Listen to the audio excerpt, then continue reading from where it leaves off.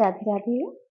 हे अर्जुन, जब यह जीवात्मा सत्व गुण की वृद्धि में मृत्यु को प्राप्त होती है, तब तो उत्तम कर्म करने वालों को मल रहित अर्थात दिव्य स्वर्गादि लोकों को प्राप्त होता है। रजोगुण के बढ़ने पर अर्थात जिस काल में रजोगुण बढ़ता है, उस काल में मृत्यु को प्राप्त होकर कर्मों की आसक्ति वाले मनुष्यों में उत्पन्न होता है। और तमोगुण के बढ़ने पर मरा हुआ पुरुष कीट पशु मूढ़ योनियों में उत्पन्न होता है। क्योंकि सात्विक कर्म का तो या तो सात्विक अर्थात सुख ज्ञान और वैराग्य आदि निर्मल फल कहा गया है, और राजस कर्म का फल दुख और तामस कर्म का फल अज्ञान कहा गया है। सत्व गुण से ज्ञान उत्पन्न होता है, रजोगुण से निसंदेह लोभ उत्पन्न होता है, और तमोगुण से प्रमाद और मोह उत्पन्न होता है और अज्ञान भी होता है। इसलिए सत्व गुण में स्थित हुए पुरुष स्वर्ग आदि उच्च लोकों को जाते हैं, और रजोगुण में स्थित राजस पुरुष मध्य में अर्थात मनुष्य लोक में ही रहते हैं, और तमोगुण के कार्य रूप निद्रा प्रमाद आलस्य आदि में स्थित हुए तामस पुरुष अधोगति को अर्थात कीट पशु अति नीच योनियों में प्राप्त होते हैं। हे अर्जुन, जिस काल में दृष्टा अर्थात समष्टि चेतन में एक ही भाव से स्थित हुआ साक्षी पुरुष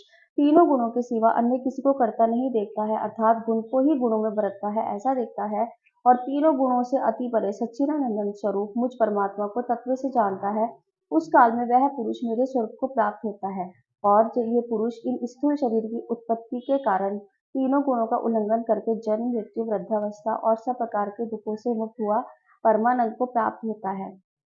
इस प्रकार भगवान के रहस्य युक्त वचनों को सुनकर अर्जुन ने पूछा, हे पुरुषोत्तम, इन तीनों गुणों से अतीत हुआ पुरुष किन किन लक्षणों से युक्त होता है और किस प्रकार के आचरण वाला होता है? हे प्रभु, मनुष्य किस उपाय से इन तीनों गुणों से अतीत होता है? इस प्रकार अर्जुन के पूछने पर श्री कृष्ण भगवान बोले, हे अर्जुन, जो पुरुष सत्व गुण के कार्य रूप प्रकाश को, रजोगुण के कार्य रूप प्रवृत्ति को और तमोगुण के कार्य रूप मोह को भी न तो प्रवृत्त होने पर बुरा समझता है, न ही निवृत्त होने पर उसकी आकांक्षा करता है,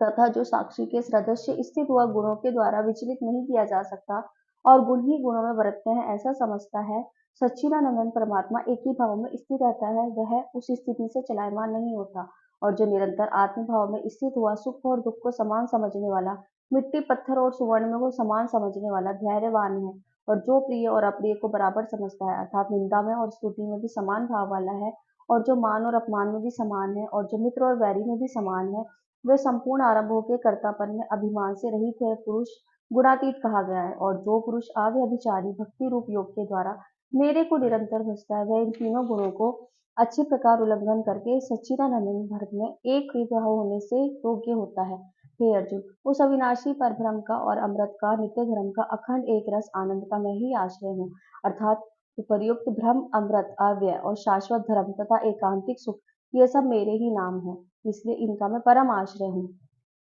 आज 14वां अध्याय खत्म हो चुका है।